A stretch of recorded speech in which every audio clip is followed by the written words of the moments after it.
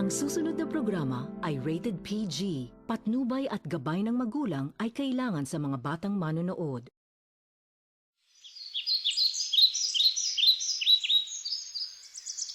Mambuwang paglalakad ni Don Juan, narating niya ang kanyang hinahangad. At dito'y kanyang nadatna ng isang ermitanyo. Ermitanyong ang balbas ay kasindak-sindak kung pagmasdan. Pagkakita sa prinsipe, ang matanda ay pumiksi. Lotus yung pagkalaki, lumayo ka sa aking tabi. Isa yung mga balang araw na ako'y nananahan. Sa tahimik na po mo ay walang Huwag po kayong matakot. Ang akin pong sadya sa utos din ang matanda. Narito po't aking dala ang kapirasong baro niya. Sa siyang magbabadya ng marangal kong pita. Dahil sa dalang baro ni Don Juan, ay pagtugma ng ermitanyo na mali ang kanyang puro. Pinagkanya ang baro, luwa sa matay bumukal, agos ang nakababagay. Sa dibdib inalagay ang kapirasong baro at sa kabinalingan si Prinsipeng Don Juan. Ano baga sa tiyan mo at ikay na baro? Angad ko po'y tulong ninyo. Tinutuntun ko pong pilit ang Reino de los Cristales. Pagpapali mo, ngunit wala akong alam dito. Tinugtog ng ermitanyo ang kampana sa pinto. Nagsidating ang mga hayop at kanyang tinanong ang nasabing kaharian. Ngunit wala ni isang may alam sa nasabing kaharian. Gayunman ay walang imig si Don Juan mapagtiis. Kunin mo yaring baro at ibigay sa isang ermitanyo na matatagpuan sa ikapitong bundok na Jerusalem. Noon din ay inatasan ng ermitanyo ang olikornyo na ihati si Don Juan sa likod ng olikornyo at sandaling dumating sa patutunguhan niya. Ni Don Juan sa olikornyo ay agad siya tinanong ng ermitanyo. Ikaw ba guys, sino? Mapangas at manunokso. Ermitanyong sakdal mahal ako'y hindi salang gapang. Pagkatapos ng tugon niya, inabot niya ang baro. Sino ba ang kinuhanan mo ng barang? Ito po ay pinadala sa akin ng isa ding ermitanyo. Kung gayon, ano ba maitulong ko sa iyo? Nais ko pong malaman niya ang Reino de los Cristal. Ipangamanin mo, wala akong alam na. Kanyang ipinatawag ang mga hayop sa nasasakupan.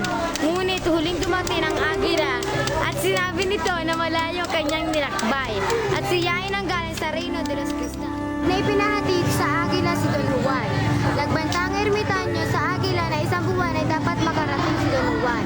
Sumang-ayon naman ang agila at sinabi isang buwan ay makakarating din si Don Juan sa banyo ni Doña Maria. Isang buwan, si Don Juan ay dumating.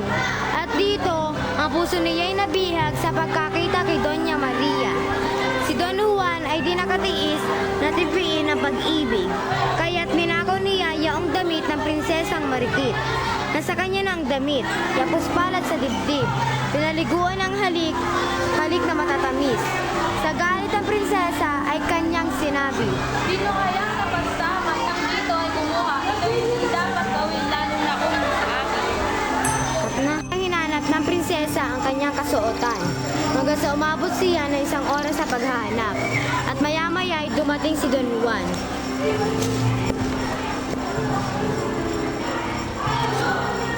Iyong ipagpaumanhin ang paggawa ng iyong damit. Ugali na may pagsintang maging pangahas sa pita. Sa pahayag ng prinsipe, ang galit sa dibdib ni Maria habang ang humalili. Halimbaga ang kaharian ng iyong pinagalingan.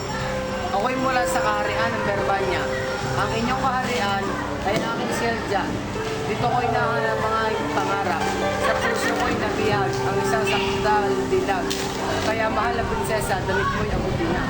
Ang prinsesa nabighani sa sinabi ni Don Juan. At kaya siya'y tumayo at sinabing, Magtindig ka, tumawak sa kanan kong kamay. Ito'y tanda ng pagkita kong kapatapa. ipinahayag ng prinsesa lahat ng mga maling ginawa at kataksilan ng umibig sa kanya. Binilihan niya tinuruan si Don Juan na mga itutugon sa kanyang dilim ay nagkausap na din si Don Juan at si Haring Salermo. Nais kong malaman kung ano ang alam ko sa tao. Sa magandang hapon po sa inyo, Hari. Salamat sa iyo. Magandang hapon. Ang harian ng Berbanya, ang aking pinanggalitan. Alam ko po ay Don Juan. Nais ko po sana sa harian ninyo ay maglingkod. Nais ko rin po na may bigay ang aking pag-ibig kay Maria Magdalena. Pagkatapos ng mga paliwanag ni Don Juan ay inatasan kaagad siya ni Haring Salermo. Iyong pangalan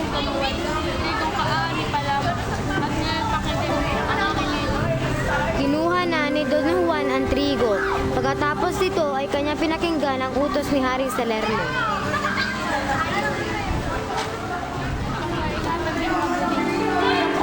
Mataas, tibugin mo mabata. Ngayon iyong itanim at gabi ito'y patubuin. Pagkatubo nito ay iyong gawin tinapay na kung saan ay aking kakain sa aking agahan. Pagkadating ni Don Juan ay agad siyang tinanong ni Doña Maria. Anong nangyari Don Juan sa kautusan ng aking ama? Pagpaumanin mo, Doña Maria, ang utos ng iyong ama. Mabigat at di ko kaya. Huwag kang mag-alala, mahirap mapaya sa utos ng aking ama. Pagkatapos mag-usap ng dalawa, ay ipinaliwanag ni Don Juan ang iniutos ni Haring Salermo. Matapos ito ay sinabi ni Doña Maria. Huwag kang mag-alala. Ng dilim ay ipinunla kaagad ni Doña Maria ang mga trigo. At maya-maya ay tumubo na ang mga ito. Kinuha niya ang punla. Dinala niya ito sa mga incheck upang gawing tinapay.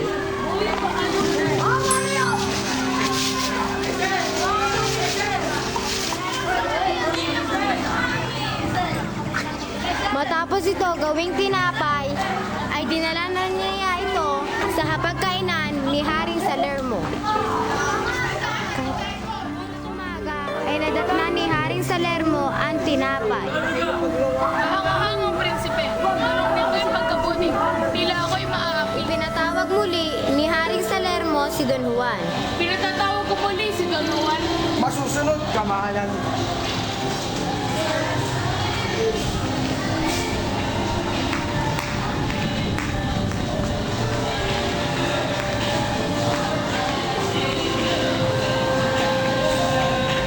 Pinapatawag po kayo muli, Haring Salerno.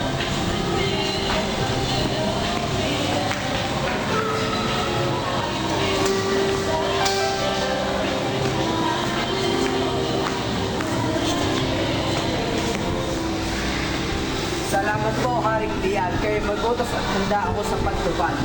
Sa praskong ito ay nakatira lang din 2 negrito. Sila'y pakakawalan ko.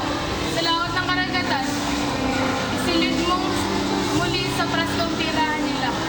Sa aking pag-aagahan, kailangan kong madatnan ang mga negrito sa aking hapag. Pagkatapos mag-utos ni Haring Salermo, ay agad siyang tinanong ni Doña Maria. Ano baga kautusan ng aking ama? Sinagot ni Don Juan ito at ipinaliwanag ang kanyang mga dapat gawin. Maya-maya ay lumakad na silang dalawa at tumalilis sa utos. Dumating na sa laot ng karagatan si Don Juan at Doña Maria. At maya-maya ay sinabi niya, Bawat isa sa inyo ay bumalik agad sa prasko. Kung hindi, masusunog kayo sa galit ko. nagsiuna sa pagpasok sa prasko ang mga ita. At maya-maya ay natapos na sila. Pagsapit ng umaga ay nakita ng hari ang prasko. Pagkakita nito sa prasko, siya ay nagsalita ng pagkalakas. Ako hindi papayag na magahis ng isang hapon. Paglitaw ng umaga, ay pinatawag muli niya si Don Juan para sa ikatlong kautusan. Pinatatawag ko muli si Don Juan. Masusunod, kamahalan.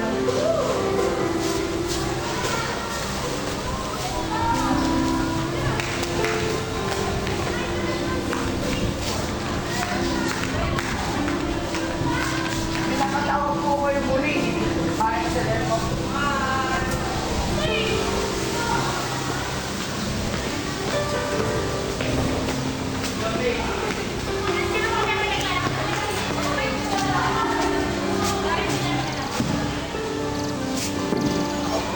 May pangako kang matapat na anumanyari iatas ay susundin mo ang walang biyan. Tunay ko ang inyong wika. Ang utos mo kung nasira, buhay ko ay itataya. Kung gayoy, ito ang utos ko at iyong pakinggan. Pagkatapos nito, ay pinakinggan ni Don Juan ang utos ni Haring Salermo. Ang pag-ibig ko iyang bundok. Dito iya'y maisunod. Itapat mo sa bitana. Pagkat tayo tamang-tama. Ang hindi ay magmumula. Pagdungat ko sa umaga, ang bundok ay nariyan na. Simoy na kaaya-aya. Malanghap kong maligaya. Haring Salerno, ako po nagpapaalam na. Pagkatapos magpaalam ni Don Juan, siya'y umalis na, nagulo ang daladala. At maya-maya ay siya'y tumawag sa puong may kapal. O berheng kaibig-ibig, liwanagin niya rin isip na sa aking tatahakin ako'y Maya-maya ay dumating si Doña Maria at kanyang itinanong ang utos ng kanyang ama. Ibig kong malaman ang utos ng haring mahal, mabigat man o magaan. Ang nais ng iyong ama na yaong bundok ay makuha at maitapat sa bintana at pagsapit ng umaga ay kanyang matatanaw at malalanghap ang sariwang hangin. Walang dapat ipanindim, ang marapat ay gawin. Ikaw ay mamahinga, ako na ang bahala. Pagsapit ng dilim ay natapos na ni Maria at maya-maya ay sumapit na ang umaga. Nakita ni Haring Salermo ang kabundukan at kaya naman pinatawag niyang muli si Don Juan. Pinatatawag ko muli si Don Juan. Masusunod ka, mahalan.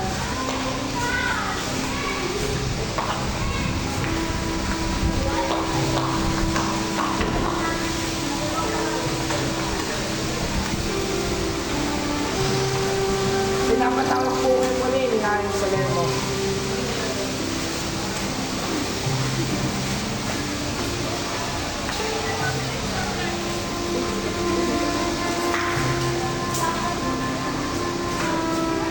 Ang ako'y walang kapantay, sa hawak mong karunungan, lugod ko'y di masukat sa paglilingkod mong tapat. Kaya nga't mayroong oras nagugulo yan ang hagap. Sa ganda ng iyong loob, ang utang ko'y sunod-sunod. Ako na may nigaputok, ay wala kang Laging nasasaktan pag may kasama kang iba.